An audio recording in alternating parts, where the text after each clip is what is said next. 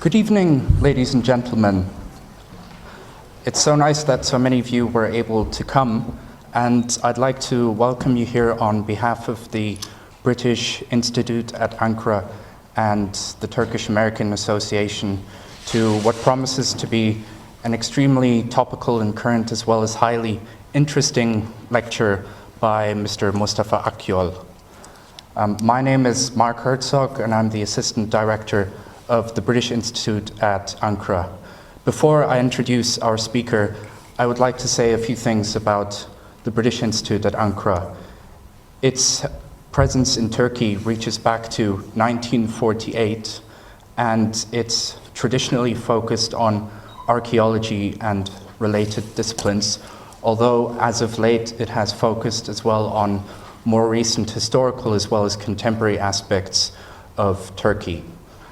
There are brochures outside that will give you a little bit more information about the BIAA as well as some membership forms. The Turkish-American Association is a long-established non-governmental organization which was founded in 1951 and enjoys an excellent reputation for the excellent quality and rich variety of the cultural programs and language courses that it offers here. And we hope that tonight will be the first of many events that we can co-organize. To introduce our speaker, you could say that Mr. Mustafa Akyol is the quintessential embodiment of a public intellectual. The public doesn't know that yet, but I think. He's a columnist at both the Hürriyet Daily News and The Star, and his articles, essays, and papers have appeared in Newsweek, Foreign Affairs, The Washington Post, The International Herald Tribune, the Wall Street Journal, as well as many other publications and outlets. He's a regular commentator and participant in political and discussion programs on Turkish television and has also appeared frequently in international television, for example on BBC World, France 24, Al Jazeera English, and many other outlets. The book that he will be presenting tonight and talk about will be for sale afterwards in the art gallery, and Mr. Akyol has kindly agreed also to sign copies. It's the fourth book which he has published, and the first one was focused on the Kurdish question. The others are a collection of his essays, and the book that he will talk about tonight, Islam Beyond Extremes, A Muslim Call for Liberty, has received praise from many different corners of the world, and it's also been listed for the 2012 Leslie Gerber Prize. For instance, Graham Fuller has written, and I quote, "Mustafa Akyol presents a powerful and cogent case on the sources of liberalism and democracy that exist within the Islamic faith." David Gardner, the international affairs editor of the Financial Times, has written, and I quote, that Mr. Akyol's book is a product of wide reading and reflection, written with clarity and verve. It brings freshness and rigor to familiar material while marshalling a great deal of under-examined detail in the history of what he calls Islamdom. I could go on, but that's not why all of you have come here tonight. So it gives me great pleasure to hand over a gift of appreciation from the Turkish-American Association and the British Institute at Ankara, and we're very happy to have you with us here tonight. Thank you so much. Yeah. Thank you, Mark. No worries. Thanks. I'd quickly like to say that the lecture is being recorded live so that it can be made available to a wider audience, and Mr. Akyol will talk for about 25 minutes before we open up the floor to questions from the audience. So without further ado, I hand over to Mr. Akyol. Well, thank you so much, Mark, for this very gracious introduction. And thanks to the British Institute and the Turkish-American Association for hosting me here tonight. And thanks for all of you for coming here in this very cold, apparently Ankara night, cold for me at least, from coming from Istanbul. Mark, as you said, I'll try to speak about my book and try to explain what I'm telling in the book, what kind of story, and what I'm focusing on. But this is not just a theoretical speculation. I think the issue of Islam and freedom is becoming more and more important for Muslims themselves and for the rest of the world, especially with the Arab Spring, as parties that are inspired by Islam, of different sorts, of different understandings of Islam, or different sorts of inspirations of Islam, are coming to power in countries like Tunisia, Egypt, Libya. And so this Islamic incumbency, if you will, or Islamist incumbency, is bringing questions such as like, oh, will they ban alcohol? Or will they ban bikinis in Egypt? Or what about non-Muslims in those countries? What about the people who have different ideas about Islam? Will they be oppressed? Will they be coerced? And these are questions that are not too unfamiliar for us Turks. And in Turkey too, people have had these concerns for a long time. Some people still do. But those concerns have blocked democratization in Turkey to some extent for a long time. But I think we Turks have been able to come to some solutions, a live and let live solution when it comes to religion and public life between the very pious people and the not so pious people, and very secular people. And I think, so the so-called solution we found in Turkey, and I think it needs to be theorized more, and this book is partly about that, is also a solution that I think now Arab countries, especially the democratizing Arab countries, and I hope Syria will join them very soon. I'm very much willing to see that. We'll have these questions. So, but before all the politics and history and theology, let me tell you what led me to write this book. And actually, the story of the book began in this very city that we're in, Ankara. I grew up in Ankara until I was at the age of 14, a long time ago now. And at the age of 9, if I'm not wrong, I was visiting my grandfather's home in Ankara, I think in Kurtuluş, like not too far from here again. And my grandfather was a very pious man, as my grandmother was.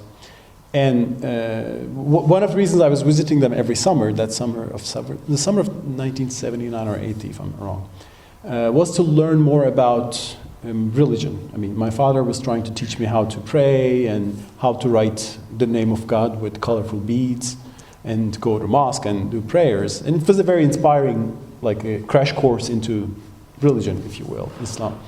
And I loved everything I learned, and I was very inspired. And I think that childish, religiosity has lived with me, for a long time. That was probably the very core of my feelings about my religion. But one day I remember an episode in my grandfather's library. I've noticed a book titled Guide to Prayer. And Turks would know what that means, namaz hocası. And at the back side of the book, at the cover of the book, back cover of the book, there were 2 quotes. And one was from the Quran, and it said, "It is God who has created you and who has given you ears, eyes, and feelings. How little thanks you give."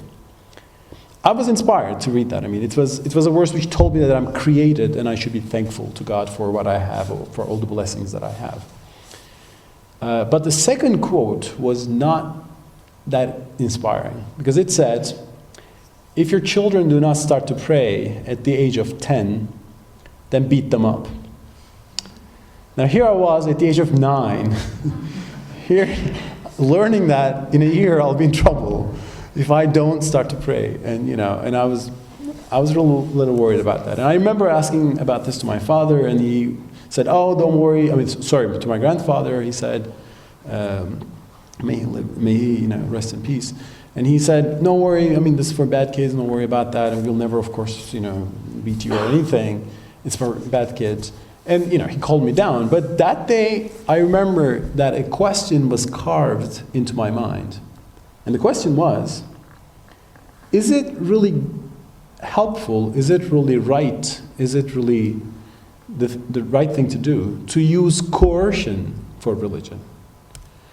Would I be really praying God if I started to pray to avoid a slap in my face? Shouldn't I pray because I want to pray God? Shouldn't I pray that I want to worship God? Now, I think that is a question relevant for not just 9-year-old kids, who think about what will happen to them when they come to 10 years old.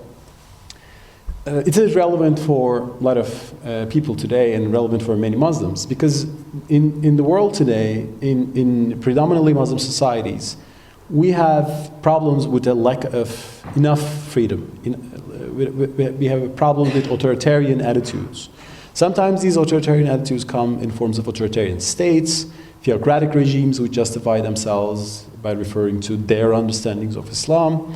It sometimes comes across as like social coercion in religious issues. For example, in Saudi Arabia, I don't know if you have been to Saudi Arabia, but I've been to. There is a phenomenon called religious police, mutawwa in Arabic. And the job of the religious police is to make sure that the society, behaves in a religious manner. For example, when the prayer time comes, the call to prayer, the mutawwa forces every shop to be closed in Saudi Arabia so that people will at least appear as if they're praying and going to the mosque. It was even a little harsher a long time ago, not a long time ago. So they would, until very recently, with their sticks in their hands, they would force people to go to pray to the mosque when the prayer time comes. Now again, the question is it a reasonable thing to do to send people to mosque with sticks? Will they then be good Muslims? Shouldn't be going to the mosque because they want to, rather than they're coerced to? I mean, if they go to mosque because they fear the police, is it really a good thing to do? Now, I think common sense has led me to realize that these sorts of measures of coercion, this authoritarianism, leads, first of all, it's against human rights defined in a modern context and from a liberal point of view. Secondly, it is even bad for religion itself because it doesn't lead to piety, it leads to hypocrisy. People start to appear religious. But it's a famous thing, in Turkey, that in Saudi Arabia there's no alcohol, you'll get, executed for that. But some Saudis get on a first jet to London, so maybe sometimes these days more so Istanbul, and go to the wildest bars and clubs and have fun in the most, un-Islamic way from their perspective. So apparently that even doesn't create this piety that people are looking for. So examples like that, and like other crises, like the cartoon crisis. When someone makes a cartoon that mocks Prophet Muhammad, which hurts me as a Muslim, and I understand which hurts other Muslims, how Muslims should respond, by threatening or by more civilized means. So questions like these have led me to focus more and more on the issue of Islam and freedom, and also to focus whether there can be an Islamic defense of freedom, or even you can call it an Islamic form of liberalism, whether that's possible or not. And that's the very basic question that I had in mind when I was writing my book. Now please notice that this is a different question than whether Muslims can be moderate. This moderatism versus extremism issue has become very popular after 9/11 in the West. And actually by most definitions, most Muslims are, the great majority of the world's Muslims are moderate. If by moderate, we mean a rejection of political violence. The people who would sympathize with people who practice terrorism and of Islam are very marginal, especially in places like Turkey or even in the rest of the Muslim world, that's very marginal. So yes, so the majority of the world's Muslims are moderate, but a scholar who studied Islamic attitudes said, they're moderate but not necessarily very liberal. And actually he even invented the term moderate illiberals to define the common attitudes, for example, in the Arab world. So it's not just about a matter of extremism or violence, which is a problem in itself, but this is a different question. Secondly, also, this is not a discussion about whether Muslims should be secular or secularized. Because I think we have enough knowledge now to understand that being secular doesn't make anybody liberal. I mean, I know a lot of examples in the Turkish case to come to that conclusion. A secular society, a secular regime can be authoritarian in its own ways. It can ban languages and have these authoritarian regimes. It can even threaten religious freedom for secular ideology. So again, the question is not whether you're secular or not, or religious or not. Maybe here it's liberal or not. And also, this is even different, something a little different than the question of democracy in the Muslim world, which is very important, which is a process that I strongly support, democratization, because you can have illiberal democracies.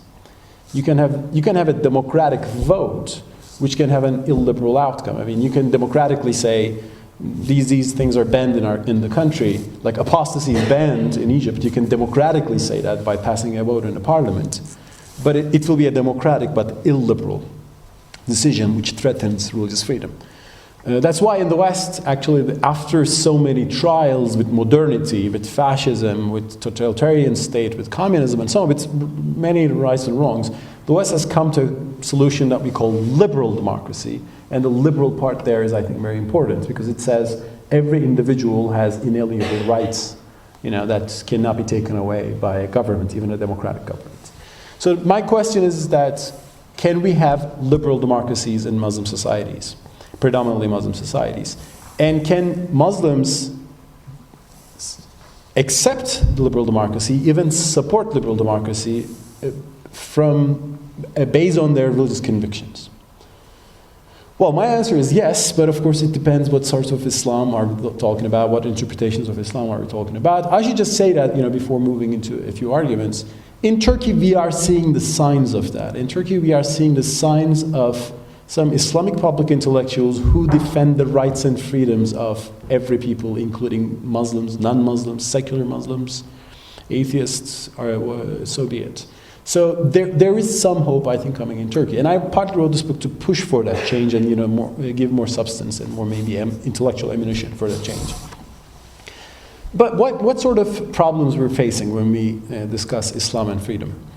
Well, the problems we're facing are actually, some of them are problems that has nothing to do with Islam. When we speak about democratization or liberalism in Muslim societies, we have problems that are totally unrelated with Islam in the first place. Like, Mubarak was a dictator, and he was not an Islamic figure. Or the oppression of Saddam Hussein, or currently the tyranny in Syria, that has nothing to do with Islam. Actually, these dictators have been suppressing Islamic groups, as you well know, and that very suppression has led to the extremists among such groups, which ultimately even some of them attacked the West. So there are problems that come from political culture, there are problems that come from history, social structures, and so on. So we should put them aside to begin with. But are there problems within Islamic law, within Islamic culture itself? And my answer is yes and no. Yes, there are problems. But no, because they can be reinterpreted by being loyal to the foundations of Islam. And let me give you one example. The issue of apostasy, which is a big issue in the whole Muslim world. Apostasy, which means changing your religion for another one. Like in the West, it's simply free to change your religion if you want to. I mean, you are Muslim, you can say, well, I want to be a Christian, and you can be a Christian. Or if you're a Christian, you can say, well, I want to be a Muslim, I've changed my mind, and maybe your friends will be unhappy with that, but nobody puts you in prison, nobody attacks you for that. But in Islamic law, in mainstream Sunni and Shia Islamic law, you see that apostasy is a crime, and a crime that is punishable by death. And the world has seen a few examples of this recently, and it's made international headlines. For example, in 2006, an Afghan citizen named Abdurrahman was discovered to have converted into Christianity from Islam. So he's a Muslim apostate. And he was put on trial for this, and he got a death penalty by Afghan courts. And actually, he was given 3 days to recant, to change his mind. and then if he didn't change his mind, he would be executed. Luckily, the international community reacted. There was a lot of international pressure, and the man was set free, and he moved out of Afghanistan, and he moved to Italy and so on. But there are other cases like this. A case of Imam Yusuf Nadarkhani was also in Iran recently very much discussed, because he was a convert into Christianity again who was given that penalty. This is obviously a problem from a human rights point of view, from a liberal point of view, for sure. A huge problem. But what should Muslims feel about this, and what should Muslims? Well, I think.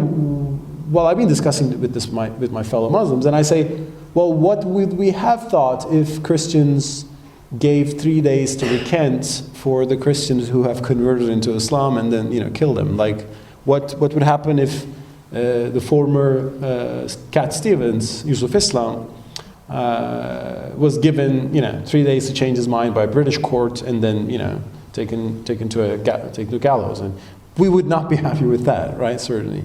So I think Christians have a right to be not happy with this. But why do we have this law then, apostasy, and why is this an inevitable clash between Islam and freedom? Well, some people think it is. My answer is no, it's not an inevitable clash. Because actually, when you look at the origins of the ban on apostasy, which one of my chapters is about, the chapter called Freedom from Islam. I know it's a little provocative, but I want to say if you want freedom for Islam, you should accept freedom from Islam as well. There is nothing in the Quran which criminalizes apostasy. Actually, there are verses in the Quran which guarantee religious freedom. There's this famous Quranic verse, La ikraha fid din, no compulsion in religion, which Muslims generally quote on these matters. There's another verse which says, the truth is from your Lord, let anyone who want to believe it, let anyone who want to disbelieve it, disbelieve it. And the Quran talks about the wars between Prophet Muhammad and the pagans of Mecca, but there's nothing which says apostates should be punished. Actually, even there's a verse which shows that people could go back and forth between Islam and non-Islam at the time of Prophet Muhammad. Well, the Quran says unbelievers would go to hell, but that's not something on this earth. So that's not something about this earthly judicial process. And afterlife is God's territory. We don't get into that. So where does this ban on apostasy come from? Well, if you look at the sources in Sharia, in Islamic law, you will see that the ban on apostasy and the death penalty comes from secondary sources of Islam, not the Quran, but post-Quranic literature. Well, it comes from some hadiths that are attributed to Prophet Muhammad, which are debatable. But secondly, and most importantly, they actually come from the political context of the early Muslim community. And let me tell you what this means. The scholars who thought that apostasy should be banned and punished thought apostasy as political treason. Because in the early times, Muslims were at war with either the pagans of Mecca or the Byzantine Empire or the Sassanid Persian Empire. And at that context, apostasy meant changing your side in battle and joining the enemy. So they saw this as a matter of guaranteeing the security of the political community at a time of war. That's why, for example, the Hanafi jurists, one of the four schools of Islam, gave that penalty only for males, thinking that females are not soldiers, so they don't count as a threat. So, in other words, if you go back to the origins of the law, you can say, well, this is understandable in that particular context. Today, all states have a law about high treason. But in today's world, the problem is not that this made sense at the time, but the world has changed, the context has changed, and Muslims have simply stopped rethinking about their law, and sometimes, not all Muslims obviously, but the ones who want to implement this law, apostasy law. So this is just one example of Islamic law making sense at a context, but if when you bring it today without rethinking it, without understanding that the context has changed, it doesn't make sense. It becomes a very problematic injunction. Now, let me tell you another example of this, which is, I think, also very, very telling. Let's go back to Saudi Arabia. I've told you that in Saudi Arabia there are interesting institutions like the religious police. Another thing in Saudi Arabia is that women are not allowed to drive a car. Now, this is, I think, pretty shocking for me, and I'm sure it's pretty shocking for religious Islamic women in other parts of the world, and probably most women in Saudi Arabia as well. But the question is why they are not allowed to drive. Well, the Saudis have different arguments about this, but one argument they make is this. Prophet Muhammad, peace be upon him, has a saying which literally says, "Do not send the woman alone to the desert."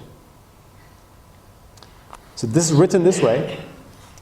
And the Saudi way of understanding the Sharia is extremely literalist. So they say, because there's a literalist understanding of law and a more contextual understanding of law. They say, well, this is written this way, it's the end of discussion. Well, I asked this to Prophet Mehmet Görmez, the head of the Turkish Diyanet, a few years ago when he was leading the Hadith project in Turkey. And he told me, well, the Prophet might have really said so, because at the time, there were bandits between Mecca and Medina, and an unprotected woman walking in the desert would certainly be a prey to these bandits. But it doesn't mean that you should not, well, that's my interpretation, but it doesn't mean that you should not be able to drive an SUV today between Mecca and Medina. That's totally safe. And so, something that the Prophet said based on a particular context became an unchanging and unquestioned and unquestionable injunction that leads to absurd, ridiculous results today. And the more I went into Islamic law and looked at all these illiberal attitudes, these authoritarian elements, I found them all, almost most of them, the majority of them, and even maybe all of them, in these secondary laws, in these secondary interpretations, that probably makes sense in a particular context, but which doesn't make sense today.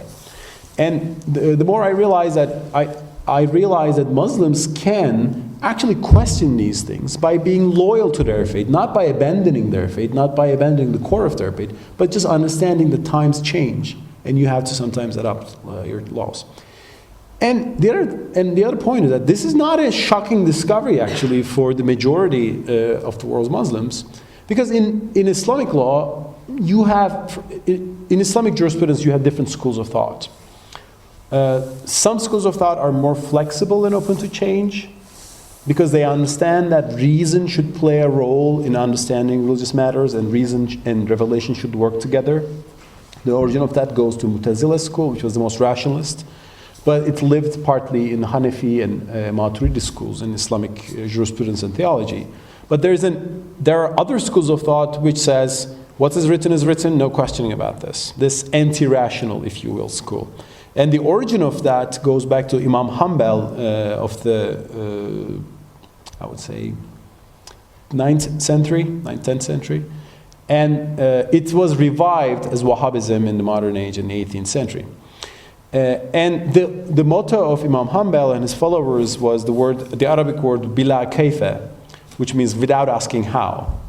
So they said, we believe in things without asking how. This was one position, the literalist, anti-rational position. The other school of thought said, no, we should question things. God gave us reason as well as revelation, so we should use them both. So this more flexible and rationalist school of thought in Islamic history actually adopted many things. That's why the Ottoman Empire in the 19th century, when they wanted to reform the empire, when they wanted to incorporate Western, not just science, but also political institutions, they adopted many things in Islamic law. The Ottoman Empire made Christians and Jews equal citizens in 1856. They abolished the zimmi, protected status of Christians, and made them equal citizens. That's why 1/3 of the Ottoman parliament was Armenian, Jewish, or Greek. The Ottomans abandoned bans on apostasy. That's why it became possible in late Ottoman Empire to change your religion. And Christian missionaries were active in the empire. So actually, when you look back at history in late Ottoman Empire, you see some of these problems have been solved. But today, this revived form of literalist Salafism, if you will, which is in Egypt today, has left all that and just once it goes back to this more literalist point of view. Now, my argument is that if you look at Islamic law and theology, by, first of all, attaching yourself to the core and Quran and the first principles, and then understanding that Islamic law evolved over time based on a particular context, you actually can reinterpret Islamic law in a very liberal way, because then it becomes, Islamic law becomes something like what Imam Shatibi of the 14th century defined as basically protection of 5 principles. Protection of life, religion, intellect, progeny, and property. So it becomes something like a higher law which protects individual rights against oppressive governments. That's possible, in Ottoman liberals like Namık Kemal in the 19th century understood it this way. And then you have a basis for liberalism within an Islamic perspective. But if you understand Islamic law as just things that you should follow blindly without understanding their context, you have the risk of forcing the modern society to revert back to the context, the political context of the 9th century. You would even oppose the abolition of slavery, as the Saudis did, well, not the Saudis, would-be Saudis, the Wahhabis did in the 19th century when they were revolting against the Ottomans for the abolition of slavery in 1856. Well, the banning of slave trade, I should say. So, I don't want to go for long, but basically, I think, finally I should say this, democracy and liberalism emerged in Europe not only by secular enlightenment, of the French type particularly, and it didn't become very liberal in France anyway, so. It emerged also by Christian thinkers reimagining their tradition and making arguments for a liberal democracy from their point of view. John Locke was making religious arguments. Adam Smith was making religious arguments when he spoke about economy. And I think the same potential is there in the Muslim world and in the Islamic tradition. It just needs to be discovered and articulated and defended. And that's what I try to do. Thanks so much.